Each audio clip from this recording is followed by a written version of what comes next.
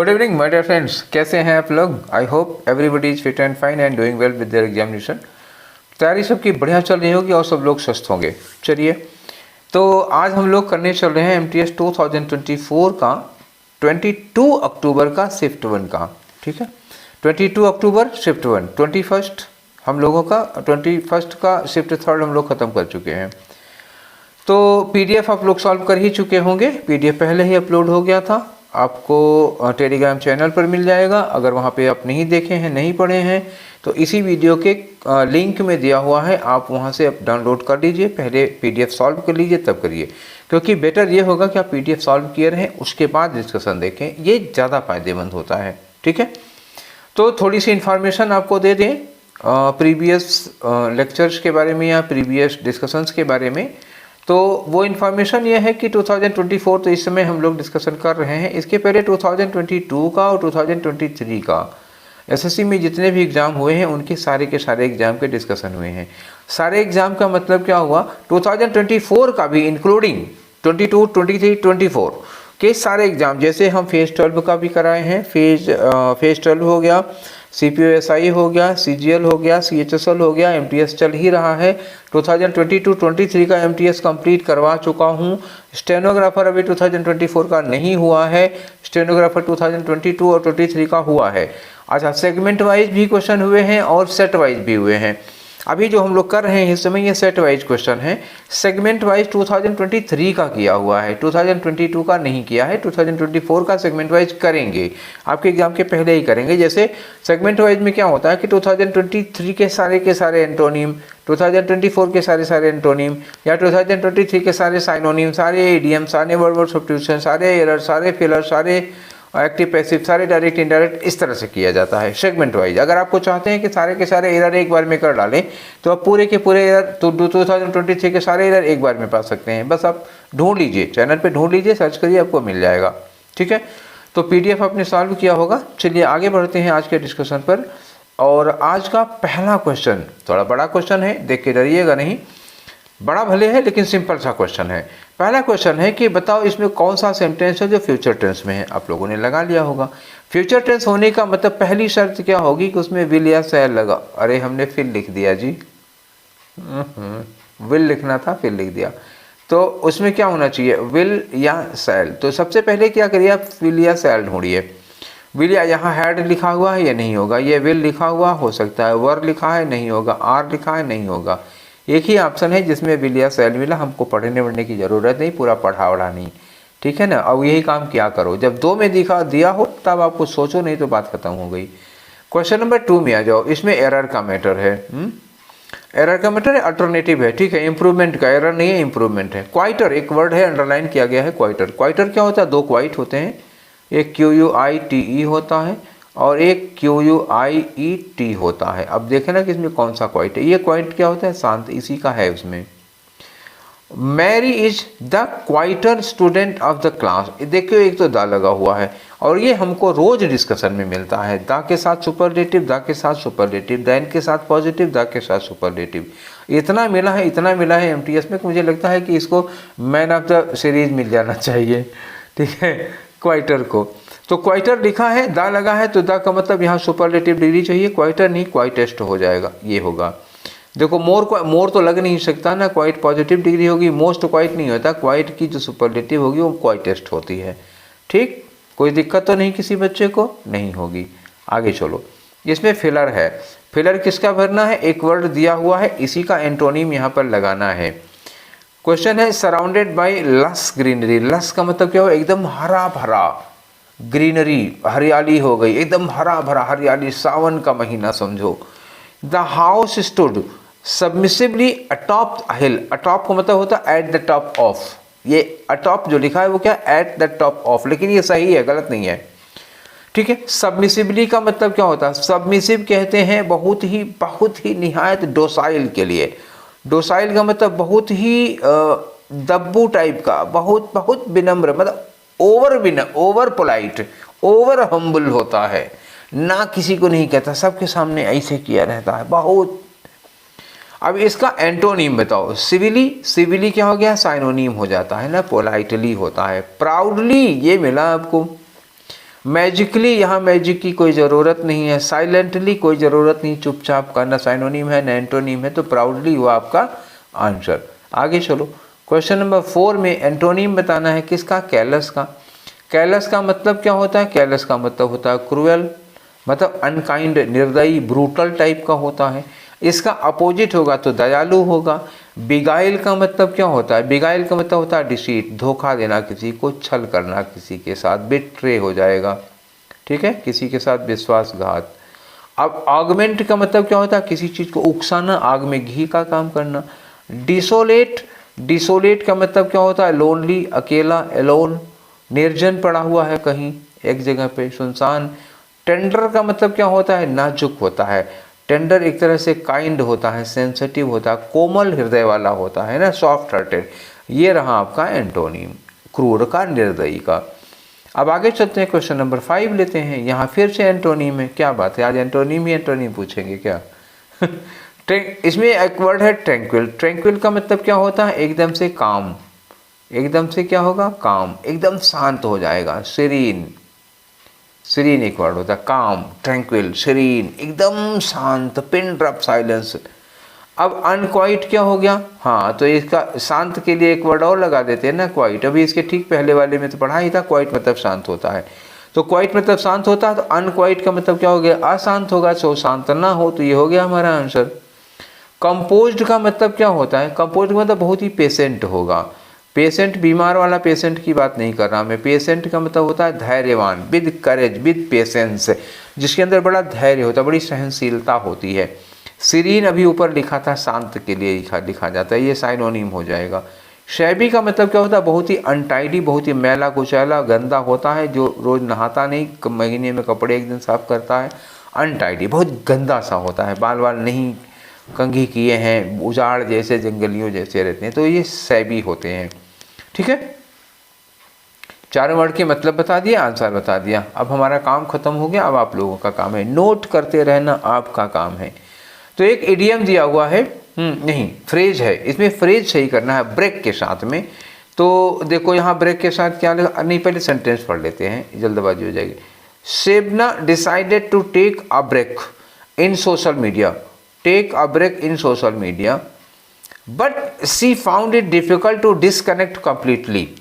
पर उसको completely disconnect होना बड़ा ही कठिन लगा। तो यहाँ पे जो ब्रेक है वो क्या है? डिसकनेक्ट करना है। वो सोची कि थोड़े दिन के लिए हम सोशल मीडिया से डिसकनेक्ट हो जाते हैं। डिसकनेक्ट मतलब क्या हुआ? यहाँ पे ब्रेक इन नहीं होगा, फिर ब्रेकअप भी नहीं होगा। ब्रेकअप तुम लोग सोच रहे होगे ना, ब्रेकअप में डिसकनेक्ट होता है, लेकिन ब्रेकअप सोशल मीडिया से ब्रेकअप नहीं होता, किसी पर्सन से ब्रेकअप हो सकता है ना। हम समझ रहे हैं तुम लोग क्या सोच रहे हो। सोशल मीडिया से जो डिसकनेक्शन होगा वो क्या होगा? ब्रेक फ्रॉम होगा।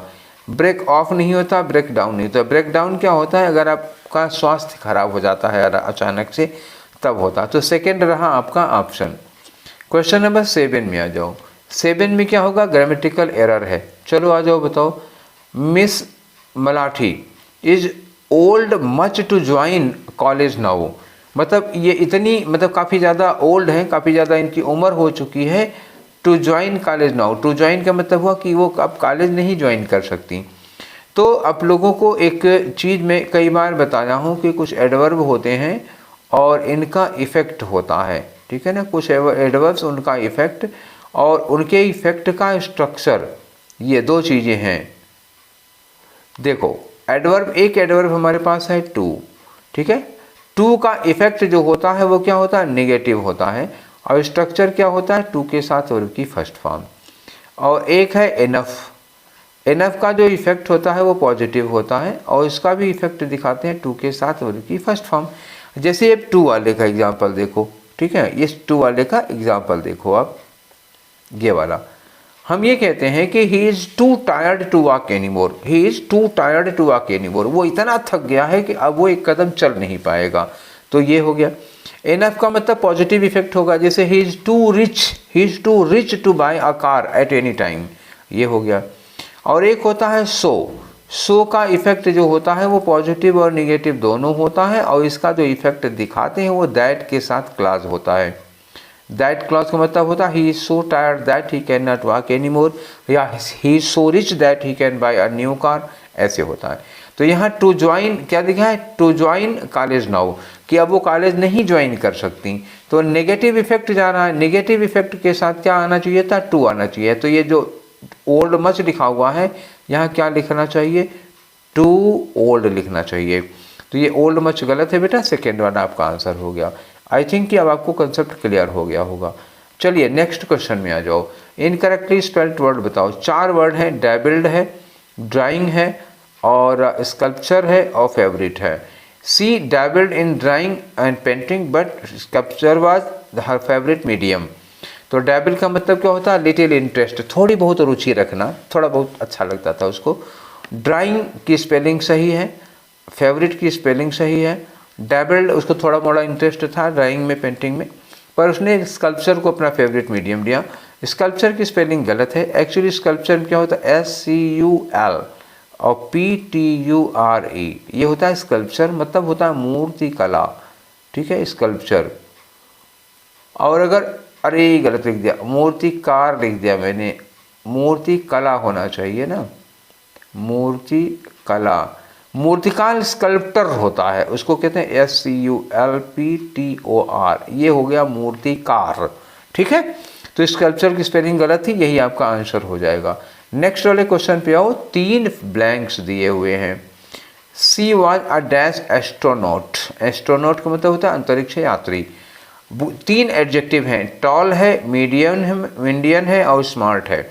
देखो एक दिन मैंने और डिस्कशन करते समय आप लोगों को बताया था कि जो क्रम लगता है वो क्या होता है, डिटर्मिनर होता है। डिटर्मिनर के बाद क्वालिटी लगती है, उसके बाद क्या होता है, साइज होता है, फिर एज होता है, फिर शेप होता है, फिर कलर होता है, फिर ओरिजिन होता है, फिर मटेरियल होता है।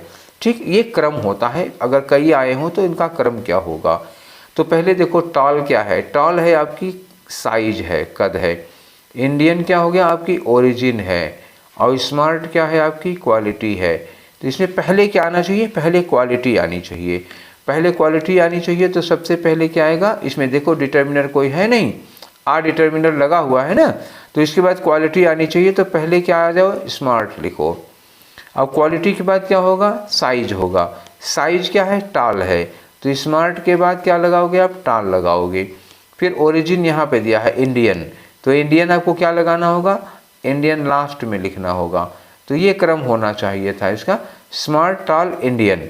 तो स्मार्ट टाल इंडियन ये चौथा दिया हुआ है। क्लियर हो गया कि नहीं हो गया, एक बार फिर समझो। D for determiner, Q for quality, S for size, A for age, SH for shape. Shape का मतलब क्या हुआ, जैसे स्ट्रेट है, ट्रेंगुलर है, ओवल है, ये सब हो जाएगा।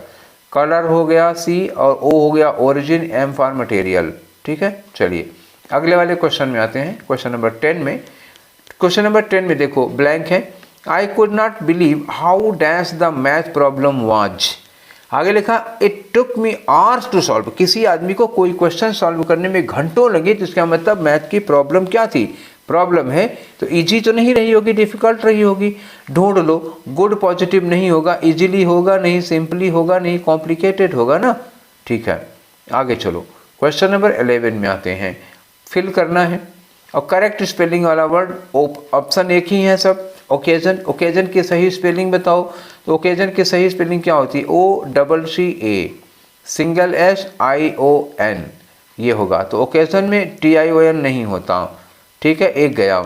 और S डबल नहीं होता, ठीक है, S डबल नहीं होता, S सिंगल होता। तो सेकेंड वाला आपका आंसर रहा, ठीक है। ये चले आगे, नेक्स्ट क्वेश्चन है हमारा 12। इसमें साइनोनिम बताना है आपको, किसका, स्पेसीज का। जैसे कहें कि डिफरेंट स्पेसीज ऑफ, मतलब जैसे जंगल में बहुत सारी स्पेसीज होती हैं ना, मछली की, फिश की बहुत सारी स्पेसीज हैं, ठीक है, टाइगर की कई स्पेसीज हैं, डॉग की कई सारी स्पेसीज होती हैं, बुलडॉग है, डॉबरमैन है, जर्मन शेफर्ड है, ये स्पेसीज होती हैं।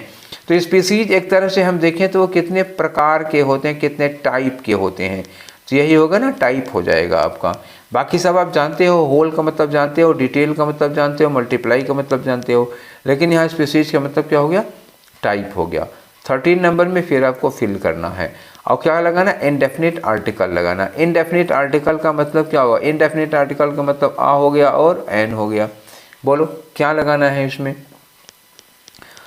एन और पैशनेट फोटोग्राफर, पैशनेट में पा से साउंड निकल रहा है, वन और दा तो काट दो, इंडेफिनिट लगाना है। अब पैशनेट के पहले एन नहीं लगेगा, आ लगेगा, कहानी ख़त्म, क्या इसमें झंझट है। अब आगे आ जाओ, एक वर्ड दिया है प्रोक्रेस्टिनेशन, सारे वर्ड वही है। In Shakespeare's play Hamlet, Hamlet's flaw is defined as procrastination. एक प्ले है शेक्सपियर का हैमलेट, राजा है, उसकी हत्या हो जाती है, उसके भाई ने कर दी थी, उनका बेटा जो है उसका नाम भी हैमलेट है। तो हैमलेट को कोई काम करना है तो वो टालता रहता है, आज का काम कल करेंगे, कल का कल करेंगे, कल करेंगे, कल करेंगे, ऐसे। इसी को कहते हैं प्रोक्रेस्टिनेशन, मतलब होता है टाल मटोल करना किसी काम को। तो PRO होना चाहिए, फिर होना चाहिए CRA, ठीक है। STIANATION, प्रोक्रेस्टिनेशन, ये होता है टाल मटोल करना, आज का काम कल करना। तो देखते हैं, CRO दिया है, होगा नहीं, CRI दिया है, होगा नहीं, CRU दिया है, होगा नहीं, एक ऑप्शन में यही होगा प्रोक्रेस्टिनेशन। CR के बाद एक केवल D में लगा हुआ है। आगे आ जाओ क्वेश्चन नंबर 15 में। 15 में इन्होंने कहा कि most appropriate comparative degree, select the sentence with most appropriate comparative degree. अब इन्होंने कंपैरेटिव के साथ डिग्री लगाए हैं। इस क्वेश्चन पे थोड़ा ध्यान दीजिएगा, बहुत कायदे से ध्यान देना। मेरा आंसर और SSC के आंसर में डिफरेंस है, क्यों है ये मैं क्लियर करना चाहता हूँ। तो कंपैरेटिव अगर लिखा होता मोस्ट अप्रोप्रिएट कंपैरिजन, ठीक, मोस्ट अप्रोप्रिएट कंपैरिजन होता, तब हम जिस भी डिग्री में सूटेबल होता कर देते। लेकिन अगर आप कह रहे हो कि most appropriate comparative degree, comparative degree कहोगे तो हम कंपैरेटिव डिग्री ढूंढेंगे। सेंटेंस पढ़ो, she is the talentest musician in the orchestra, ठीक है। द टैलेंटेड, टैलेंटेड में देखो जिसमें वर्ब की थर्ड फॉर्म होती है टैलेंटेड, उसमें ये टैलेंटेस्ट होता नहीं, ये तो गलत हो गया। टैलेंटेडेस्ट, टैलेंटेडेस्ट कैसे हो सकता है। तो अब दूसरे में आ जाओ, यहाँ लिखा है मोर टैलेंटेड, ठीक है। She is more talented musician in the orchestra, वो ऑर्केस्ट्रा में और लोगों से ज़्यादा टैलेंटेड म्यूजिशियन। हालांकि बहुत सही नहीं हुआ, इसमें दैन एनी अदर वगैरह लगना चाहिए था, लेकिन यही एक है जो कंपैरेटिव डिग्री में है। यहाँ लिखा she is the most talented musician in the orchestra, most talented musician in the orchestra, ये एकदम से करेक्ट है, इसमें कोई दो राय नहीं है। इन द ऑर्केस्ट्रा पूरा ऑर्गेनाइजेशन हो गया, उसमें सबसे ज़्यादा टैलेंटेड है, द मोस्ट टैलेंटेड, ठीक है। अगर ये कहते कि मोस्ट अप्रोप्रिएट कंपैरिजन, तो मोस्ट अप्रोप्रिएट कंपैरिजन में ये सही होता, लेकिन मोस्ट अप्रोप्रिएट इन्होंने कहा कंपैरेटिव डिग्री, तो डिग्री चूंकि इसलिए इन्होंने कह दिया, इसलिए मेरे हिसाब से सेकेंड वाला होना चाहिए। आप सीधे सीधे कंपैरेटिव डिग्री लिखे हो, अगर मोस्ट अप्रोप्रिएट कंपैरिजन लिखते तो थर्ड वाला होता। तो मेरे अकॉर्डिंग इन्होंने चूंकि कंपैरेटिव डिग्री लिखी है, इसलिए ये वाला होना चाहिए, और अगर मोस्ट अप्रोप्रिएट कंपैरिजन लिखा होता इन्होंने, तब ये सी वाला होना चाहिए था, ठीक है। इसमें द टैलेंट ऑफ आर ये होगा ही नहीं, खैर दूसरे में और तीसरे में कन्फ्यूजन था। कमीशन का जो आंसर है, SSC का जो आंसर है वो थर्ड वाला है, लेकिन इनके स्टेटमेंट के अकॉर्डिंग थर्ड वाला गलत है। सेंस थर्ड वाला सही है, लेकिन इनका जो स्टेटमेंट है उसके अकॉर्डिंग सेकंड वाला होना चाहिए। क्लियर हो गया। तो मेरी झंझट ये थी, अब आप लोग अपने आप से डिसाइड करो। नेक्स्ट क्वेश्चन 16 में आपको साइनोनिम बताना है कमेंस का। कमेंस का मतलब होता है किसी चीज़ की स्टार्टिंग करना, शुरुआत करना किसी चीज़ को स्टार्ट करने के लिए। एस्कार्ट का मतलब क्या होगा, किसी को प्रोटेक्ट करना। देखते होगे जब प्राइम मिनिस्टर या प्रेसिडेंट वगैरह कहीं जाते हैं तो चारों तरफ से NSG के कमांडो उनको एस्कार्ट करते हैं। स्टार्ट करना, यही आंसर हो गया। एक्सर्ट का मतलब क्या होता है, एफर्ट डालना, किसी चीज़ में प्रयास करना। और सबवर्ट एक वर्ड होता है, तो सबवर्ट का क्या मतलब होगा। सबवर्ट का मतलब होता है ना किसी को डिथ्रोन करना। डिथ्रोन का मतलब किसी का सिंहासन छीन लेना या तख्ता पलटना, गवर्नमेंट वगैरह पलट देने को कहते हैं। 16 भी हो गया। अब 17 पे आ जाओ। 17 में डबल फेलर है, तो पढ़ के देखते हैं कि when mister Benoit was told a few years back that he needed to lose dash or face health problems, उनको कुछ साल पहले ये कहा गया था कि वो अपनी डैश चीज़ को लूज करें वरना उनको ढेर सारी हेल्थ प्रॉब्लम्स होने वाली हैं। तो he transformed his life with the dash of the personal trainer, उन्होंने अपनी लाइफ को चेंज कर लिया, बहुत ज़्यादा चेंज किया। With the dash of personal trainer, personal trainer की क्या हो सकती है, हेल्प हो सकती है। और यहाँ पे क्या आना चाहिए, क्या लूज करने के लिए कहा गया होगा उनको, वेट लूज करने के लिए। तो वेट में ये वाला वेट तो लगेगा नहीं, इंतज़ार हो जाएगा, ठीक है। पेशेंस लूज करना नहीं है, धैर्य खोने की बात नहीं होती, मनी खोना, क्यों कोई मनी खोने का, वेट लूज करना है आपको, तो 4 वाला हो गया। दूसरे में असिस्टेंस सही था, गाइडेंस सही था, इंस्ट्रक्शन सही था और हेल्प भी सही था, तो दूसरे वाले में चौथा 4 सही है, केवल पहले वाले से आंसर सॉल्व होगा, 4th वाला होगा। चलो 18 नंबर पे आ जाओ। 18 में क्या कर रहा है, ये फिर से ब्लैंक है और ये कह रहे हैं अप्रोप्रिएट इडियम लगाना है। You can not dash before replicating your successes.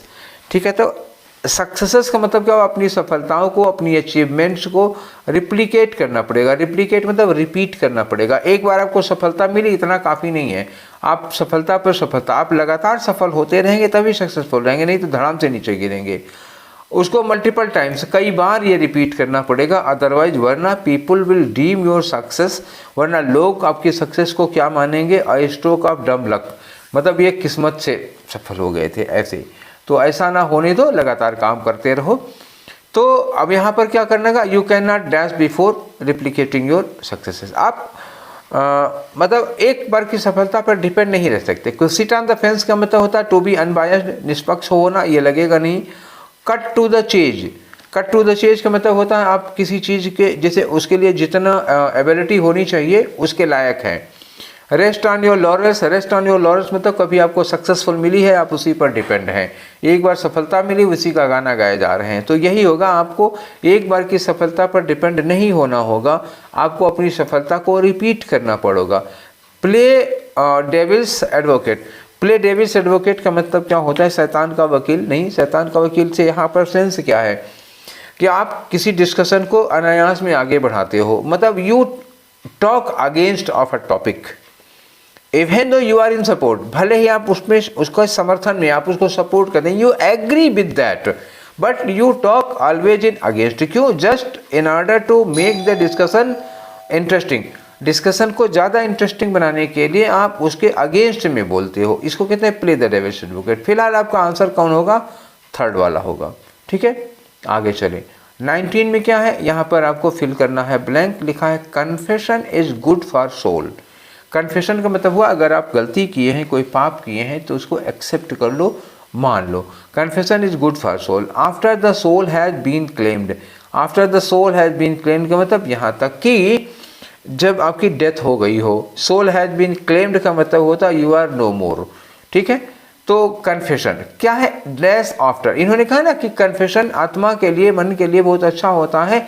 Even after the soul, after किसके साथ लग सकता है, इवन आफ्टर, यहाँ तक कि मरने के बाद भी, तो इवन आफ्टर लगेगा। ठीक है, आगे आ जाओ 20 में। 20 में आपको एक इडियम है, इसकी मीनिंग बतानी है। Let the cat out of the bag. Let the cat out of the bag का मतलब होता है spill the beans. Spill the beans का मतलब क्या होता है, आप किसी के सीक्रेट को डिस्क्लोज कर रहे हो। स्पिल द बीन्स होता है किसी के सीक्रेट को आप डिस्क्लोज कर रहे हो। तो इसका मतलब क्या होगा, to buy a cat, no. To release cat out of bag, बिल्कुल नहीं। To not allow cat into the bag, बिल्कुल नहीं। टू रिवील अ सीक्रेट हो गया। टू रिवील अ सीक्रेट मतलब किसी का राज खोल देना, भेद खोल देना। अब आते हैं हम लोग किस पे, पैसेज। ये क्लोज टेस्ट है। एक पैसेज है जिसमें 5 ब्लैंक्स हैं, उन 5 ब्लैंक्स के लिए सुटेबल ऑप्शन होंगे। यहाँ पर ऑप्शन की जगह नहीं थी तो मैंने अलग से काट के रखा हुआ है, वहाँ करिएगा। लेकिन फर्स्ट ऑफ ऑल हमें एक बार इसको पढ़ना पड़ेगा। चलिए, education is fundamental for achieving full human potential. जो एजुकेशन है, अगर आपकी फुल ह्यूमन पोटेंशियल, अगर आप अपनी ह्यूमन पोटेंशियल को, अपनी क्षमताओं को पूरा अचीव करना चाहते हो तो एजुकेशन उसके लिए फंडामेंटल है, सबसे ज़रूरी है। और किसके लिए ज़रूरी है, developing N equitable and dash society. Equitable मतलब जिसमें सब लोग समान हों, एंड डैश सोसाइटी। अब यहाँ पे एंड लगा हुआ है। देखिए, मैं आपको भरने का तरीका बताता हूँ कैसे होता है, हालांकि कई बार बता चुका हूँ, फिर देखिएगा आप ठीक कैसे भरा जाएगा, क्या आइडिया लगेगी कि किस तरह का वर्ड यहाँ पर होना चाहिए। यहाँ एंड लगा है, एंड के बाद आपका ब्लैंक है, तो एंड के पहले जो वर्ड होता है वही उठा के कॉपी कर दो। तो इक्विटेबल से सिमिलर वर्ड यहाँ पे लगेगा। इक्विटेबल और जस्ट हो सकता है, न्यायप्रिय हो सकता है, मतलब जो भी वर्ड यहाँ आएगा वो समानता, स्वतंत्रता, ऐसा कोई वर्ड आएगा।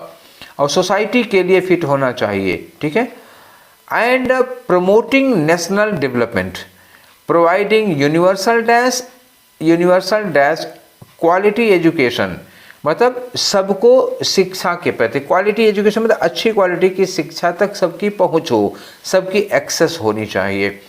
ये क्या है, is the key to India's continued ascent. ये इंडिया को कंटिन्यू एसेंट का मतलब ऊपर की ओर बढ़ता रहे, ग्रो करता रहे, इसके लिए सबसे ज़्यादा ज़रूरी है।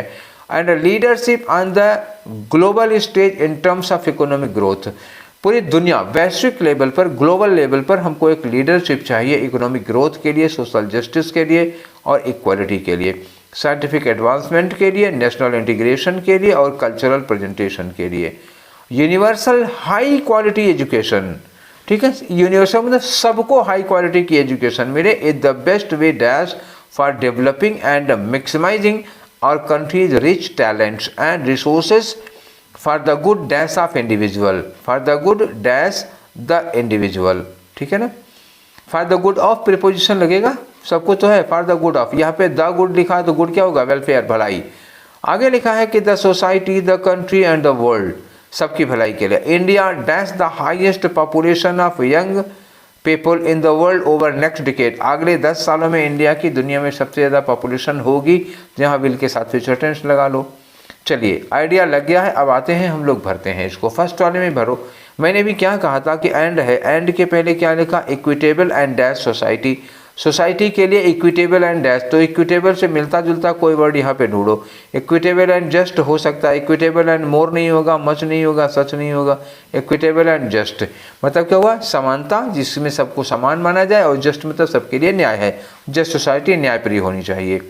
आगे आ जाओ नेक्स्ट वाले क्वेश्चन में, सेकंड वाले में देखो यहाँ पे क्या लगाओगे, universal dash quality, universal access, access access access सब में है, तो एक्सेस के साथ क्या यूज किया जाता है, एक्सेस के साथ टू लगता है, ठीक है। इसमें कुछ करना ही नहीं था, हमें वर्ड ढूंढना नहीं था, उसके बाद प्रीपोजिशन लगाना था बस। थर्ड वाले में आ जाओ, यहाँ पे universal high quality education is best way dash for developing, अच्छा देश के डेवलपमेंट के लिए, तो वे फॉरवर्ड होगा, वे आउटकम रिजल्ट हो जाता है, आउटपुट रिजल्ट हो जाता है, और ये रिजल्ट दिया, तीनों वर्ड क्या है, सिमिलर हो, तो लगेगा नहीं ना, वे फॉरवर्ड होगा। वैसे भी वे फॉरवर्ड का मतलब होता है ना, तरीका होता है, ठीक है ना, वे फॉरवर्ड ढंग, तरीका, तो तरीका के लिए यही लगेगा, एक बात उपाय है वो। नेक्स्ट में आ जाओ 4 पे, ये रहा 4 नंबर, यहाँ क्या लगा ना, गुड डैश, तो इन्होंने कहा ये सारी चीज़ें क्या हैं, rich talent and resources for the good dash individual, for the, तो प्रत्येक व्यक्ति की और सोसाइटी की और कंट्री की और दुनिया की भलाई के लिए, तो द गुड भलाई हुआ, तो फॉर द गुड, गुड किसका, गुड ऑफ, यहाँ पे देखो क्या लिखा है, for the good of individual. आखिरी वाला क्वेश्चन है 5 नंबर पे, यहाँ पे लगा लो, India dash the highest population, India might है, देखो माइट के साथ हैड नहीं लगाएगा, हैव लगता है, ठीक है, तो ये गलत हो गया। और कैन के बाद भी हैज नहीं लगता है, हैव लगता है, और वर हैविंग पास्ट में नहीं है, नेक्स्ट डिकेड की बात हुई है, यहाँ लिखा है ना नेक्स्ट डिकेड में पास्ट नहीं हो सकता, तो क्या होगा, विल हैव होगा, तो थर्ड वाला ऑप्शन हुआ आपका, ठीक है। तो ये हमारा 25 क्वेश्चन का डिस्कशन था। आज हम लोग डिस्कस कर रहे थे 22 अक्टूबर 2024 का MTS का क्वेश्चन पेपर, ठीक है। तो ये सेशन अब यहीं पर वाइंड अप होता है। किसी बच्चे को कोई प्रॉब्लम हो, चूँकि ये लाइव नहीं है, रिकॉर्डेड है, तो लाइव में तो आप लोग सीधे पूछ लेते थे, रिकॉर्डेड में वो सुविधा नहीं हो पा रही है, तो अगर किसी को किसी क्वेश्चन में कोई प्रॉब्लम है या कोई डाउट है, वैसे मैंने कोशिश की है कि आपको डाउट ना रहे, मैं चारों ऑप्शन को एक्सप्लेन करता हुआ चला हूँ। थोड़ा टाइम ज़्यादा लगता है, फिर भी 25 क्वेश्चन है, 28-30 मिनट लगता है, तो फिर बहुत ज़्यादा नहीं है, तो लाइव में थोड़ा ज़्यादा टाइम लग जाता है। तो कोशिश ये है कि आपको प्रॉब्लम ना हो, फिर भी अगर आपको कोई प्रॉब्लम हुई है इन क्वेश्चंस में या कहीं पे किसी क्वेश्चंस में, तो आप उसको मैसेज करिएगा। मैं अब वैसे भले नहीं मैसेज के रिप्लाई दे पाता, लेकिन इस प्रॉब्लम के रिप्लाई ज़रूर दे दूँगा और कोशिश करूँगा कि आपको प्रॉब्लम सॉल्व होगा। नहीं हो पाता है तो मैं उसको लाइव आके डिस्कस कर दूँगा, ठीक है। तो आज का सेशन यहीं पर वाइंड अप करते हैं। आप वीडियो को अगर पसंद आता है तो लाइक करिए, दोस्तों को साथ शेयर करिए, ठीक है। तो फिर मिलते हैं नेक्स्ट वाले सेशन में। Till then take care, thank you.